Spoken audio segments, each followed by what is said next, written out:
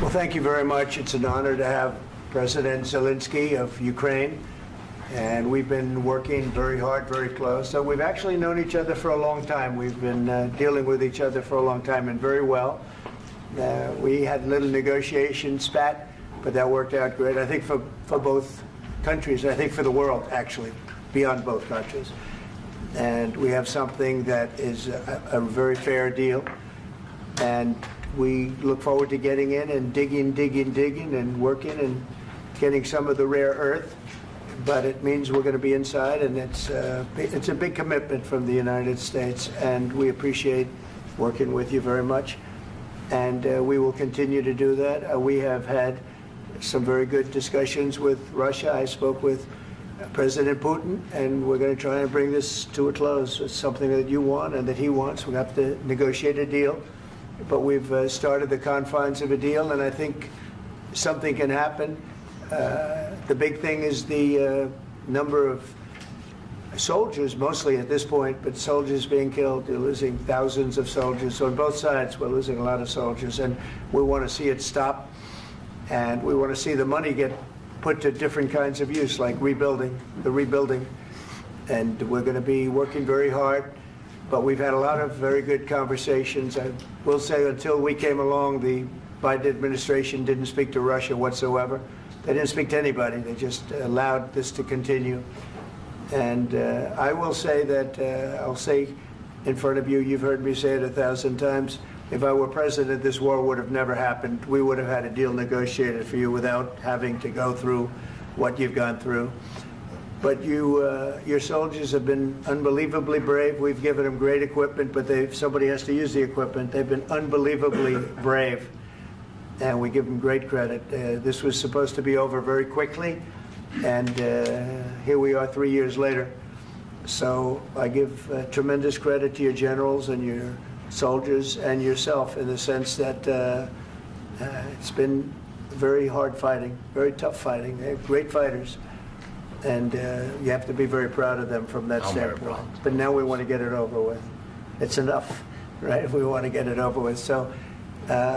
It's an honor to have you here. Thank you very much for coming. We're going to sign the agreement at the conference in the East Room in a little while, right after lunch.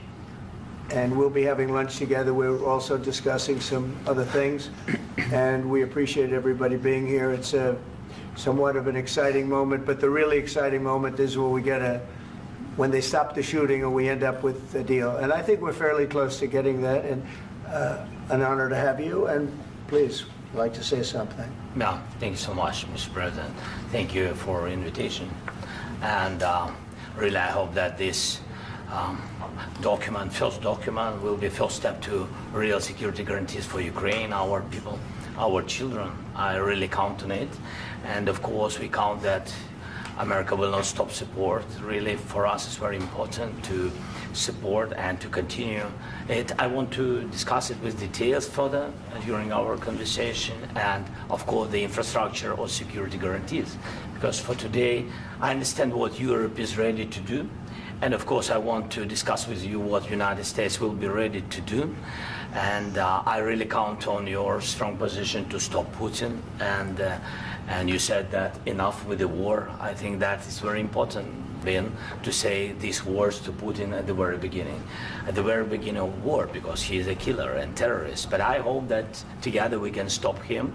But for us, it's very important to, to save our country, our values, our freedom, and democracy, and of course, no compromises with the killer about our territories. But it will be later. And of course, what I wanted, we spoke about it by phone with you, about the drones production. We have very good drones production. I think the best one in the world for today because of the war.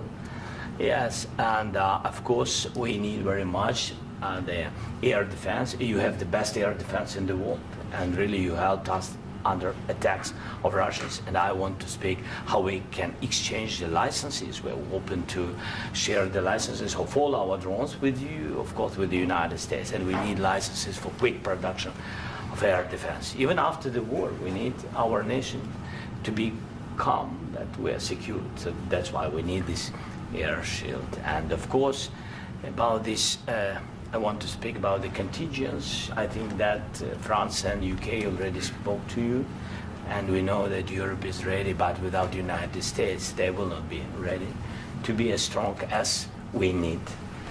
And the last point, last not least, about exchange, about our people and children. And you know that this crazy Russian, that they stolen 20,000 of children, Ukrainian children. They changed their names, they changed their families, relatives, and now they're in Russia. We want to bring them back, and really, it's a big dream, task, and goal for me, and our warriors. By the way, Mr. President, we exchanged, released more than 4,000 warriors from Russian prison, but there are thousands more in the prison. I wanted to share with you some images. How it's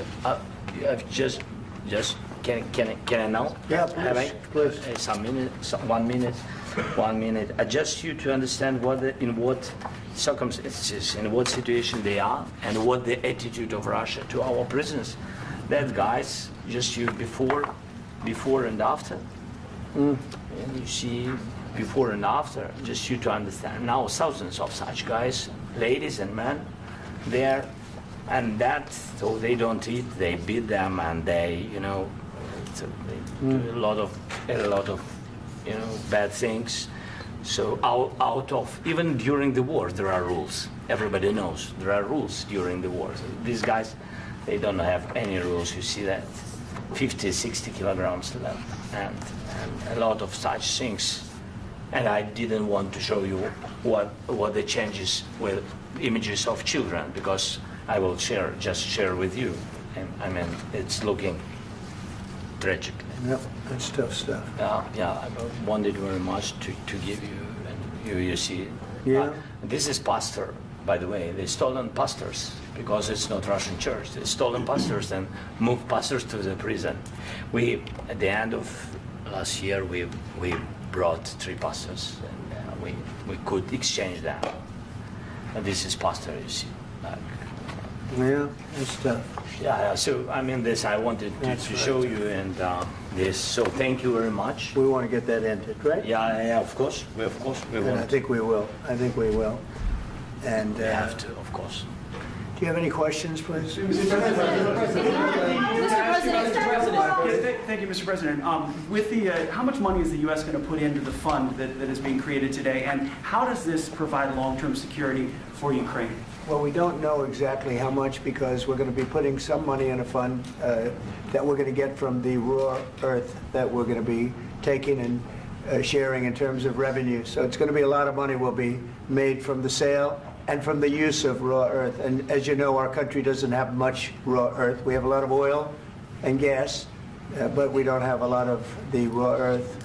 And what we do have is protected by the environmentalists, but that can be unprotected, but still it's not very much. They have among the best in the world in terms of raw earth. So we're going to be using that, using it for all of the things we do, including AI and including weapons and the military, and it's really going to very much satisfy our needs. So it's something that just worked out really well. We have a lot of oil, and we have a lot of gas, but we don't have raw earth.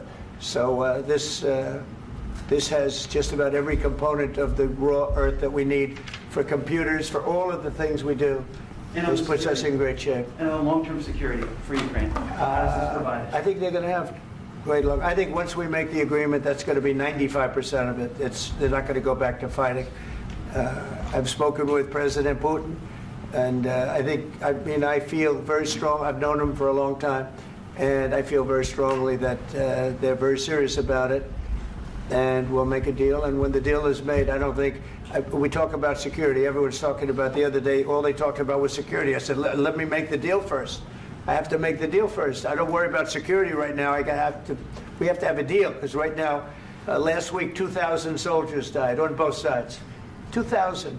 And they're losing 1,000, 2,000, 3,000 a week.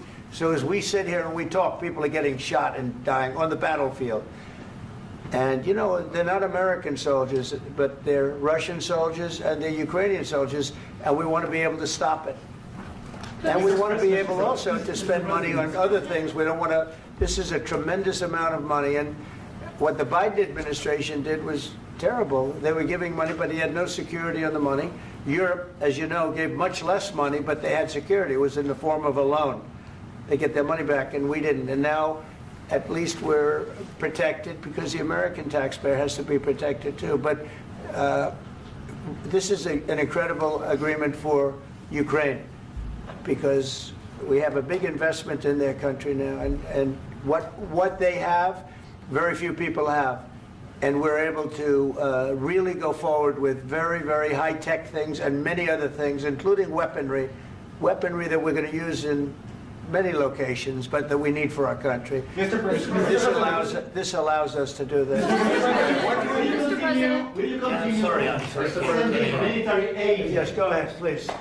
If I can just, yes. In the document, there is one of the very important points.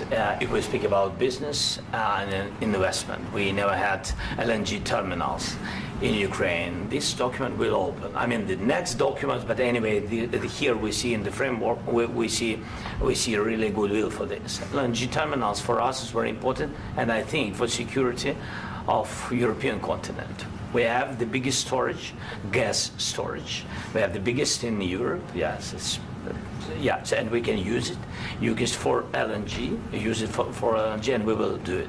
And really, we can help Europe because Europe really helped. President Trump said that they made less support, but they are our friends and they are our very supportive partners. They really gave a lot, Mr. President.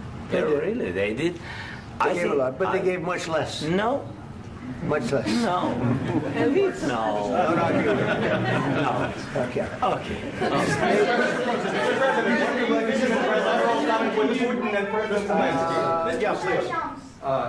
Mr. President Trump, you have repeatedly called the deal with Ukraine as a historical one.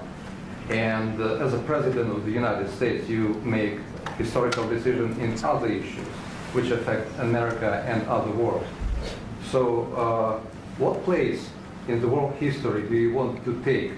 And do you associate yourself with any famous historical figures? Yeah, I'd say George Washington, Abraham Lincoln. I would say I'm far superior to George Washington and Abraham Lincoln. Now, you know I'm only kidding, right? Because when I say that, the fake news is going to go wild. They're going to say he considers himself to be better than Washington. But you never know. You never know. I don't compare myself to anybody. I'm here to do a job. We've had a great 35 days or whatever it might be, a month, a little more than a month. We've accomplished tremendous amounts. Not only this would be a very great achievement if we could get the war stopped and get them back to normalization. I think that's going to happen. We've had very good talks on both sides, as you know. But I think we've done a very good job, just generally. If you look at all of the things we've done in 30 days, they're saying there's never been a opening for a president. The first month, there's never been a first month like we've had. And this is one of the very important things. This, to me, is one of the most important things because we have tremendous death taking place as we speak, and I don't want to have that. You know, think of the parents, whether they're in Russia or Ukraine, think of the parents of all these people being killed needlessly. They came to our territory. Should have never started. This would have, if I were president, this would have never started. Mr. President, where has out your conviction? Mr. President, will you continue sending military aid to Ukraine after the U.S. signs this agreement with Ukraine? Yeah, we're going to be continuing. To President Zelensky, do you feel like the U.S. is on your side, that President Trump is on your side at this moment? Right. What do you think? He wants to know, do you think that, it's sort of a stupid question. I guess we wouldn't be here if I wasn't. I think that the United States on our side from the very beginning of occupation, and I think that President Trump on our side, and of course I'm sure that the United States president will not stop support. This is crucial for us. It's important for us, yes. And Putin, the president speaks about the people and the soldiers which are dying, but they came to our territory, they came to our land. They began this war, and they have to stop. And I think this is the question, with really the most important question. Can President Trump, I hope yes, with some other allies, to stop Putin, withdraw these enemies, our enemy, withdraw these troops from our land? And I think that you asked about the history, I think that if President, or when, he will stop Putin, if President Trump will bring peace to our country, I think he will be on this wall. We've had very, very good talks. What about military aid to Ukraine? President Zelensky just said that there will be no compromises with Vladimir Putin. I just wanted to ask both of you, firstly, are there compromises that you think that President Zelensky is going to have to make? And President Zelensky, is there anything that you might be thinking that you may be able to offer or bring to the table, for example, elections? Thank you. I think you're going to have to always make compromises. You can't do any deals without compromises. So certainly he's going to have to make some compromises, but hopefully they won't be as big as some people think you're going to have to make. That's all. That's all we can do. I'm here as an arbitrator, as a mediator to a certain extent between two parties that have been very hostile. To put it mildly, they've been very hostile. There's been a vicious war. There's been a vicious war. You know, it's a very level battlefield, and those bullets go out, and as I've said many times, we were talking about it with Pete, many times the only thing stopping those bullets is a human body. And in the case we're talking about, generally young human bodies are stopping a lot of bullets. It's dead level. That's why it's great farmland. It's great land. It's great farmland, but there's very little protection against the bullets that are being, and other things that are being shot. So all I can do is see if I can get everybody at the table and get an agreement. And I think we're going to end up with an agreement. Otherwise, I wouldn't probably be even here today. Mr. President, I've got two questions for you. You think ultimately your legacy will be the peacemaker and not the president that led this country into another war and ended foreign wars? And I've got a question. I hope it will. I mean, I hope I'm going to be remembered as a peacemaker. This would be a great thing if we could do this. I'm doing this to save lives more than anything else. Second is to save a lot of money, but I consider that to be far less important. So I hope I'm going to, thank you, Brian, for that question. It was a nice question. I hope I'll be known and recognized as a peacemaker. This would be a great thing to solve. This is a very dangerous situation. You know, this could lead to a third world war. This was headed in the wrong direction. If this election were lost, if we didn't win this election, and we won it by a lot, that was a mandate. We won every swing state. We won the popular vote by millions and millions of votes. We won everything. The districts, you look at the areas of red, take a look at a map. This was a big mandate, and this was one of the things I said, we're going to get this thing settled. If we didn't win, I think this could have very well ended up in a third world war, and that would not have been a good situation. What was your second question? And my second question for President Zelensky. Why don't you wear a suit? You're at the highest, why don't you wear a suit? You're at the highest level in this country's office, and you refuse to wear a suit. Just want to see if do you own a suit? Yeah, problems. A lot of Americans have problems with you not respecting the dignity of this office. I will wear a costume after this war will finish. Okay. Yes, maybe one. Maybe something like this. Something like yours. Yes. That'd be great. Maybe something better. I don't know. Yeah. We will see. Maybe something cheaper than. Yeah. Thank you. Thank you. President Trump. Thank you, President Trump. You said yesterday that you have. Are you going to send more arms to Ukraine in case there's no peace? Yeah, we're going to have arms to Ukraine, yeah, sure. Hopefully I won't have to send very much, because hopefully we're going to have it finished. We're looking forward to finishing this quickly. We're not looking forward to sending a lot of arms. We're looking forward to getting the war finished so we can do other things. But we very much appreciate the agreement, because we needed what they had, and we're treating our country is now treated fairly. Biden didn't do that. He didn't know what the hell he was doing. This should have never happened. This should have never started. But, sure, the answer is yes, but hopefully we won't have to send much, because I'm looking forward to getting it done quickly, very quickly. Does that mean you'll provide security guarantees, Mr. President? I don't want to talk about security yet, because I want to get the deal done. You fall into the same trap like everybody else. A million times you say it over and over. I want to get the deal done. Security is so easy. That's about 2% of the problem. I'm not worried about security. I'm worried about getting the deal done. The security is the easy part. Security is very nice. Everybody stopped shooting. And now will Europe put people there? I know France is going to. I know the UK is going to. I know other countries are going to, and they happen to be right next door. We haven't committed, but we could conceivably. We have security in a different form. We'll have workers there digging, taking the raw earth so that we can create a lot of great product in this country. So in that sense, you have something, but we haven't determined that yet. I will say, in speaking to France and in speaking to, and they were here, as you know, last week and just the other day, they have committed to a lot of security. I don't think you're going to need much security. I think once this deal gets done, it's over. Russia's not going to want to go back, and nobody's going to want to go back. When this deal ends, I really believe this deal is going to be over. Question?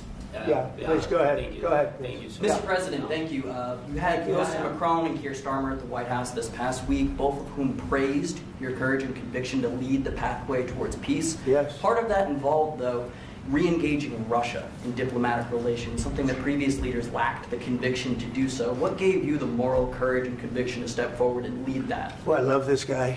Who are you with? One American News, sir. Well, that's why I like him. One American News does a great job. I like the question. I think it's a very good question. It's a pathway to peace. It's a pathway to getting something solved. And I feel that as the head of this country, I have an obligation to do that. Plus, we're very much involved. We got involved. It's too bad we got involved, because there should have been no involvement, because there should have been no war.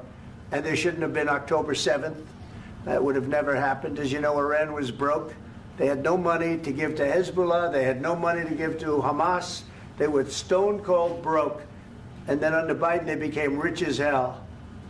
They went from no money to $300 billion in a period of 4 years. And they gave a lot of that money away, and you see what happened. And that's a real mess also that we hope to be able to solve. But no, I appreciate your question very much. I feel I have an obligation to try and do something to stop the death. If I can answer. Yes, if I can answer. Please, sorry. go ahead. Please. And I do like your clothing, by the way. Yeah, really? Even though I think he's a great guy, by the way. But I don't know if you two like each other. But you know what? I think he's dressed. I like this guy. I think he's dressed beautiful. So I have more serious things than answer on such questions. I will answer on more serious questions if I can. Yeah. So please, about security guarantees and about just ceasefire. We can't just speak about ceasefire and speak. It will not work. Just ceasefire will never work, because I'm like the president. I have this experience, and not only me. Ukraine before my presidency, from the 2014, Putin broken 25 times. 25 times he broken his own signature. 25 times he broken ceasefire. But he never broke to me. He never broke to me. No, you were the president. You were the president during. He never broke to me. In 2016, you've been the president, Mr. President. You've been the president, but he had, of course, not with you, but he had during those periods. He had conversations with our side, and we had Normandy format. The France, Germany, Ukraine, and Russia, and he broken 25 times. That's why we will never accept just ceasefire. It will not work without security guarantees. Security guarantees, maybe President is right about this document and other, but this document is not enough. Strong army is enough, because his soldiers afraid, Putin's soldiers afraid of our soldiers when we're strong enough. If we are not strong enough, if we are empty, if our storage is empty, we can't defend our land. Today, He knows that we have all the world knows that we have meeting. Yes. Why he's using ballistic?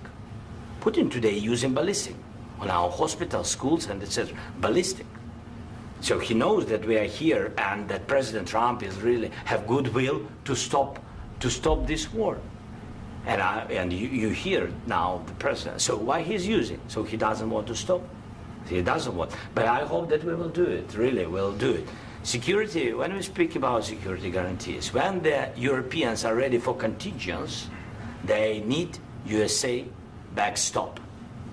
If there will not be United States, we will not never have any contingents, strong contingents from the Europeans, because they don't want to divide alliance, connection between the United States and the main and strongest ally and Europeans. And this is crucial, this is important. That's what we want to speak about very much. This is very important. And air defense. So air defense, really, we have big deficit with all these systems, and we need to provide this. We need it very much. Otherwise, Putin will never stop, and will go further and further. He doesn't want. He hates us. You know, it's not about me. He hates Ukrainians. He thinks that we are not a nation. He thinks, and he shared these thoughts. I think maybe with your team also. I don't know, but with all the Europeans, in media, officially and not, he always said that there is no such country, such nation, such language, and such life like Ukrainian. No, he really doesn't respect all the Ukrainians, and he wants to destroy us. And you are right, Mr. President. That's 2%. This document, maybe other documents, it's a very good start, very good, but it will not enough to stop this person. Should Russia pay to rebuild Ukraine? Mr. President, after these Should Russia pay to rebuild Ukraine? They have to pay. This question. This is the rule. This is the rule of the war. This is the rule of the war. During all the centuries, all the history, this is the rule of the war. Who began, those pay. Do you agree? This is the rule. Putin began this war. He has to pay all money for innovation. He has to pay. Of course, some Russian assets, what we have in Europe, about 300 billion, we can use them. We can use for innovation and buy military support from the United States also. We can do it, but it's not enough. It's not enough. Under these circumstances, do you envision a trilateral summit with Putin and President Zelensky? Wait 1 second. I asked this question that you didn't like because I wanted to know if you want to position yourself in the middle between Russia and Yes. Ukraine, or on the Ukraine side. No, I'm in the middle. I want to solve this thing. I'm for both. I want to get it solved. And it's wonderful to speak badly about somebody else, but I want to get it solved. If we can solve it, great. If we can't solve it, they're going to have to fight it out, and who knows what's going to happen. But I want to see it get solved. May I follow up? One more question about U.S. troops in Europe. After Russian invasion of Ukraine, your predecessor sent additional troops to Eastern Europe, including Poland, my country. Yeah. Are you committed to keeping these troops on the eastern flank of NATO in the future? I'm very committed to Poland. I think Poland has really stepped up and done a great job for NATO. As you know, they paid more than they had to. They are one of the finest groups of people I've ever known. I'm very committed to Poland. What about Baltics? Poland's in a tough neighborhood, you know. What about the Baltics? The Baltics, they got a lot of, it's a tough neighborhood too, but we're committed. We're going to be very committed, and we're committed to NATO. But NATO has to step up, and the Europeans have to step up more than they have. And I want to see them equalize, because they are in for far less than we're in, and they should be at least equal. You understand that? Why is the United States, we have an ocean in between, why is the United States in for so much more money and other things as Europe? With that being said, and as you said, they've also been obviously very helpful, but we have put in far more than they have, and I think they should equalize. Mr. President, Please, go ahead. About the agreement again today, what changed between the first time that Secretary Bessent gave President Zelensky the agreement and today for the signing? We made a deal. So What was the deciding factor? I'm a business person. We made a deal. That's what changed.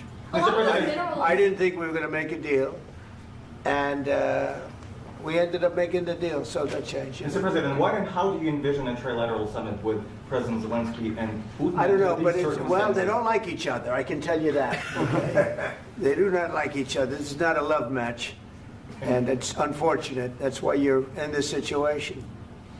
The United States should not have allowed this to happen, okay? The United States, run by a man that didn't know much, I'm going to be very nice, run by an incompetent person, very incompetent person, should never have allowed this to happen.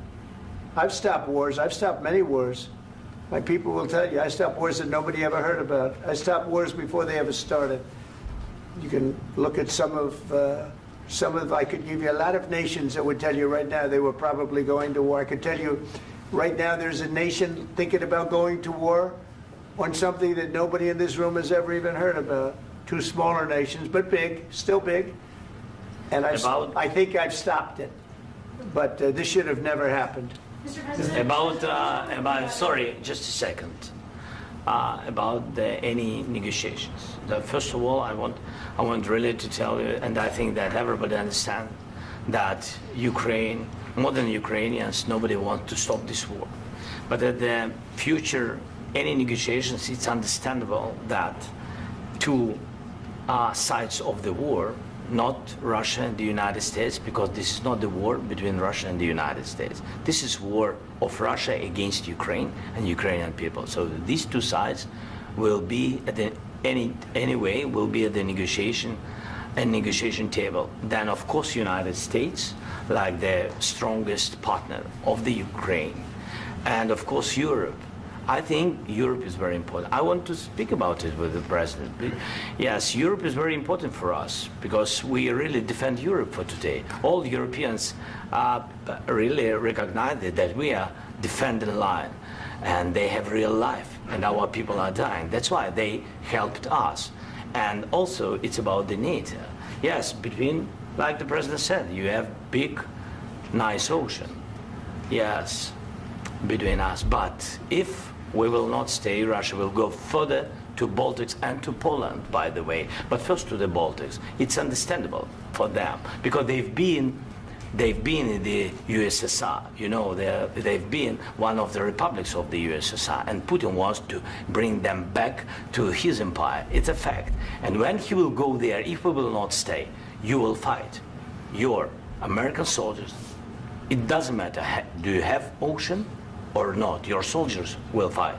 Mr. President, would you be willing to visit Ukraine, maybe Kyiv or Odessa, which is going to be a third year of the Black Sea? It was my question. I'm sorry. I don't want to talk about Odessa now. Let's not talk about Odessa. I want to talk about making a deal, getting peace. We don't have to talk about Odessa, but a lot of cities have been destroyed. There are a lot of cities that are not recognizable. There's not a building standing. No. And a lot of things have Mr. President, you have to come and to look. No. We have very good cities. Yes, a lot of things have been destroyed, but mostly cities alive, and people work, and children go to school. Sometimes it's very difficult. Sometimes closer to front line, children have to go to underground schools or online, but we live. Ukraine is fighting, and Ukraine lives. This is very important.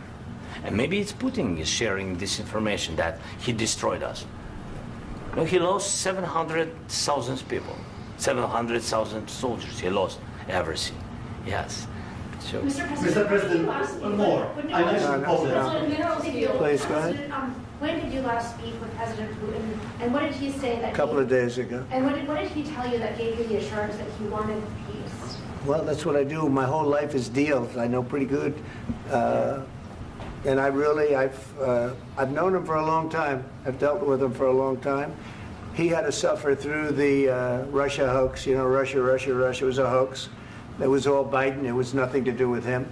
So he had to suffer through that, and he was able to do that. I think that he wants to make a deal, and he'd like to see it end. That's all I do. That's what I do. My whole life, that's what I do, is make deals. And I'm in the middle of a mess, because this is a real mess. It's a very dangerous one. If this doesn't get solved now, it's not going to get solved for a long time. So I hope we're going to get it solved. In the back, please. Thank you, Mr. President. Prime Minister Starmer claims repeatedly that his government believes in free speech and was not engaged in censorship. But his country's government arrests people for memes and thought crimes, and even more worrisome is pressuring American companies to censor Americans on its behalf.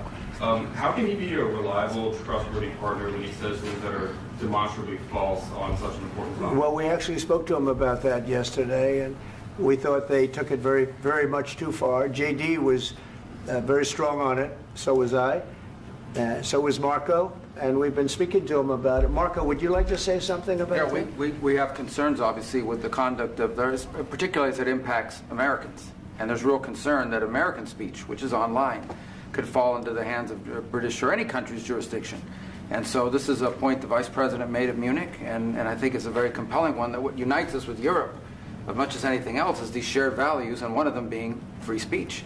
And so if Americans are threatened by it, we're going to need to take action in that regard. Mr. President.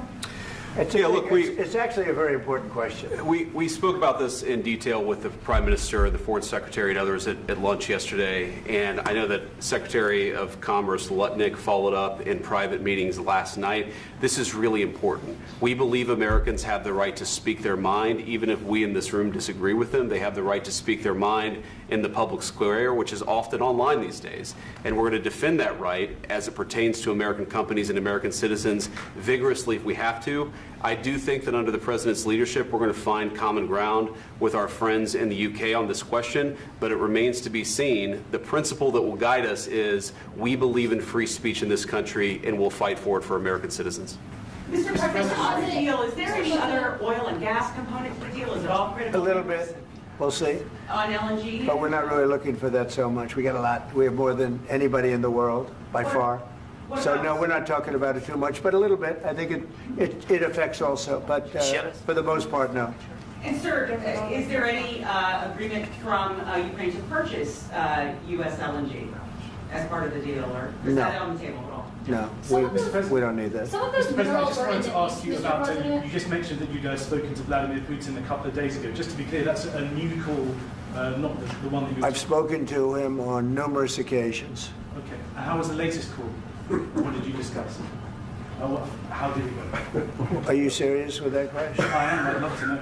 It went well. I think we're going to have a deal. On the minerals deal, Mr. President, some of those minerals are in the east of Ukraine, not far from the front lines and in areas that Russia has occupied. Will you direct President Putin to withdraw his forces from those areas if there's U.S. interest? Well, we'll take a look at the time. We have a lot of area. It's a very big area we're talking about, so we'll take a look. I'll study that and I'll see. And who would protect those minerals if they are U.S. interests? Would that be Ukrainian forces? They'll be protected. European The agreement forces? will protect them. U.S. The forces? agreement, yeah, we're signing an agreement.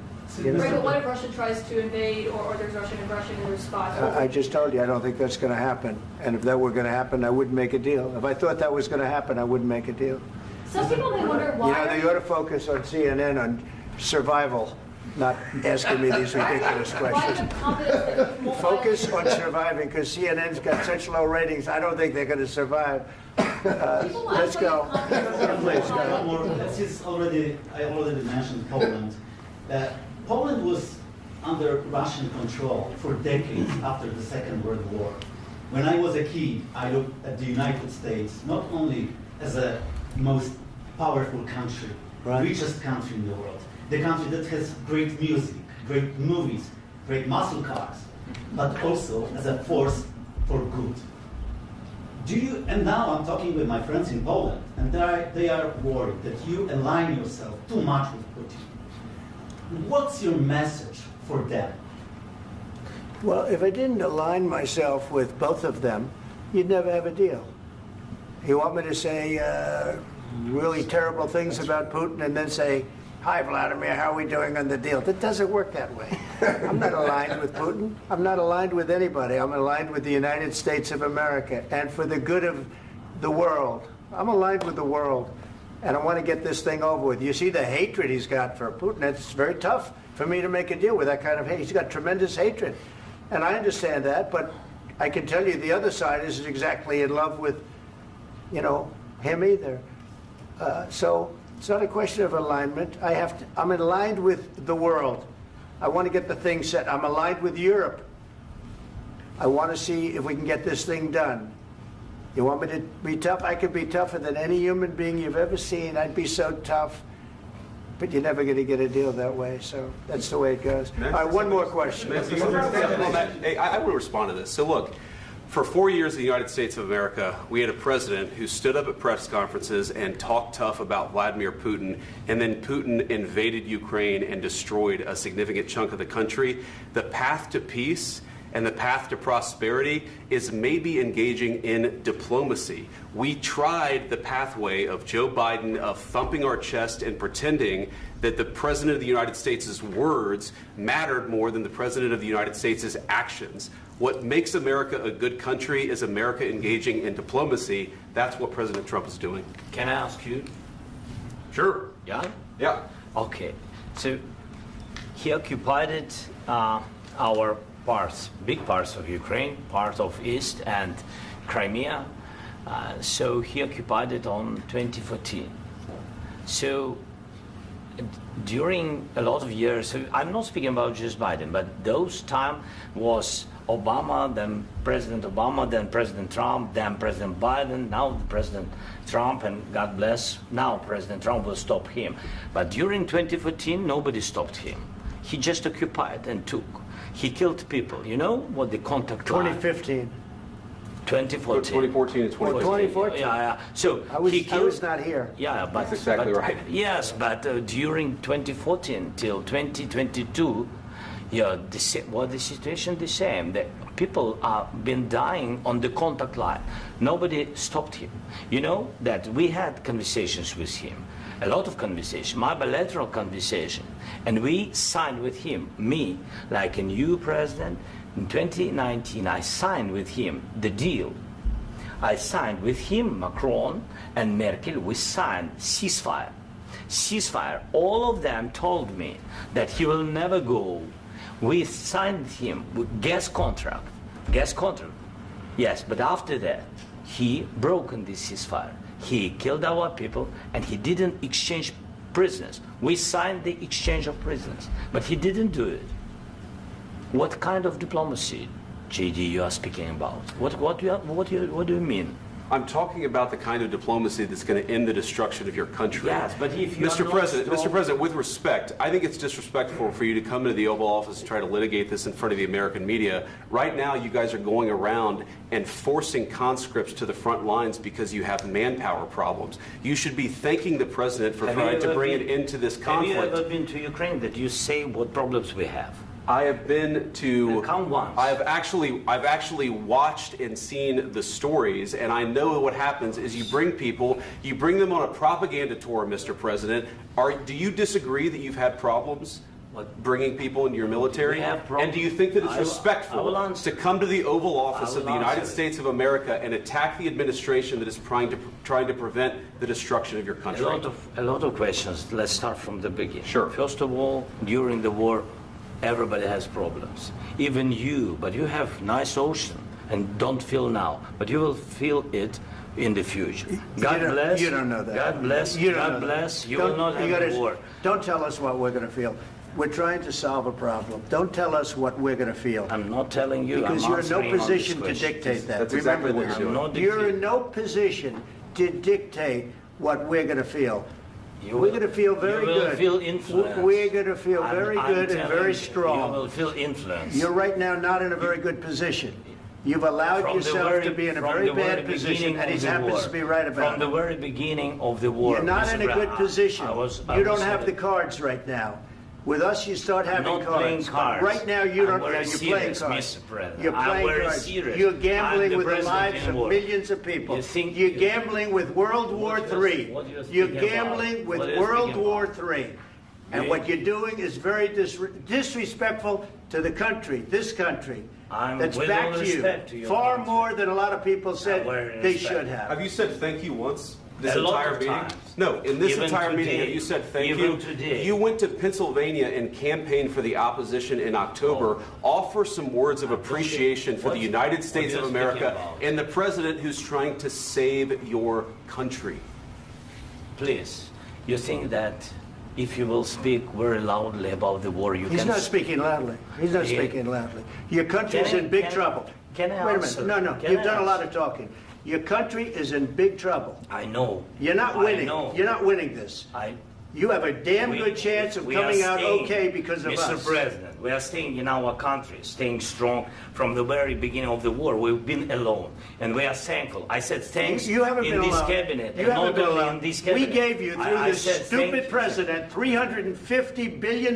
You voted we gave for you your military president. equipment, You and you voted men for are your brave, president. but they had to use our military. What about If you didn't have You our invited military me- equipment, You invited if me you to didn't speak. have our military equipment, this war would have been over in 2 weeks. In 3 okay? days, I heard it from Putin. In 3 days, this is something Maybe new. less. In 2 weeks, of course, yes. It's going to be a very hard thing to do business like this. Again, I tell you. just say thank you. I said a lot of times that there, thank you accept to that- American people. Accept that there are disagreements, and let's go litigate those disagreements rather than trying to fight it out in the American media when you're wrong. We know that you're wrong. But you see, I think it's good for the American people to see what's going on. I understand, sir. I think it's I very understand. important. That's why I kept this going so long. You have to be thankful. You don't have the I'm cards. thankful. You're buried there. Your people are dying. tell you You're again, running I low know. on soldiers. Don't- Listen, don't please, you're running Mr. low President. on soldiers. It would be a damn good thing. Mr. And then President. then you tell us, I don't want a ceasefire. I don't want a ceasefire. I want to go and I want this. Look, if you could get a ceasefire right now, I tell you, you take it so the bullets stop flying and your men stop getting killed. Of course, we want to stop the war. But you're I saying said- you don't want a ceasefire. But I said to you, I want a with ceasefire. guarantees. Because you'll get a ceasefire faster than an agreement. Ask our people about ceasefire, what they think. That wasn't it doesn't with matter me. for you what That what wasn't this with me. means.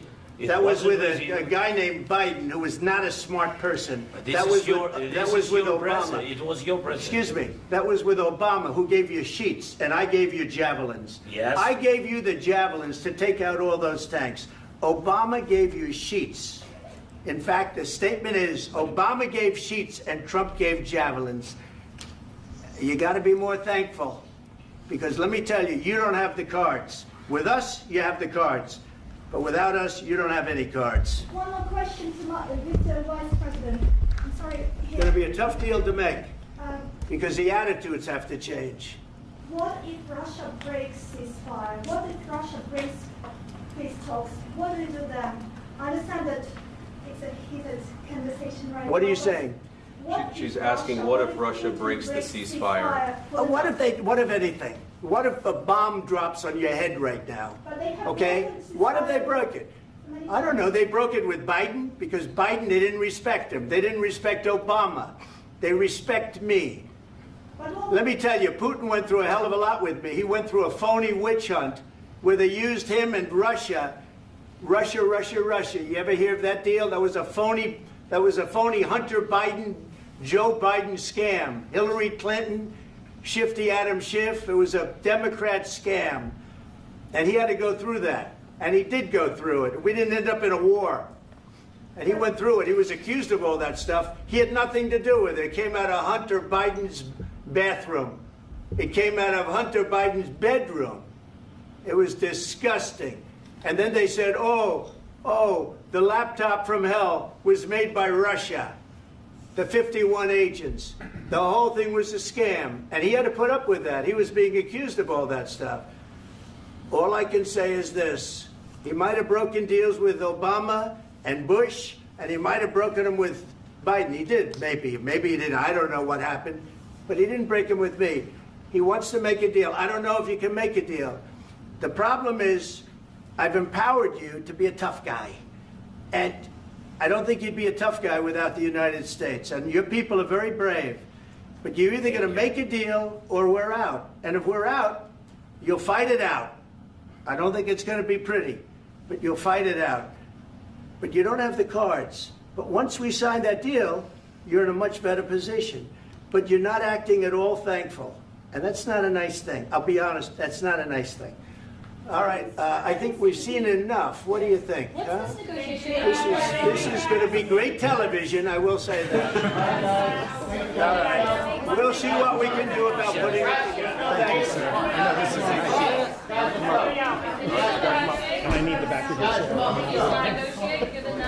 We'll see. I don't know. All right, guys, come on. Wait, President. Hey, go. Guys, come on, let's move, please.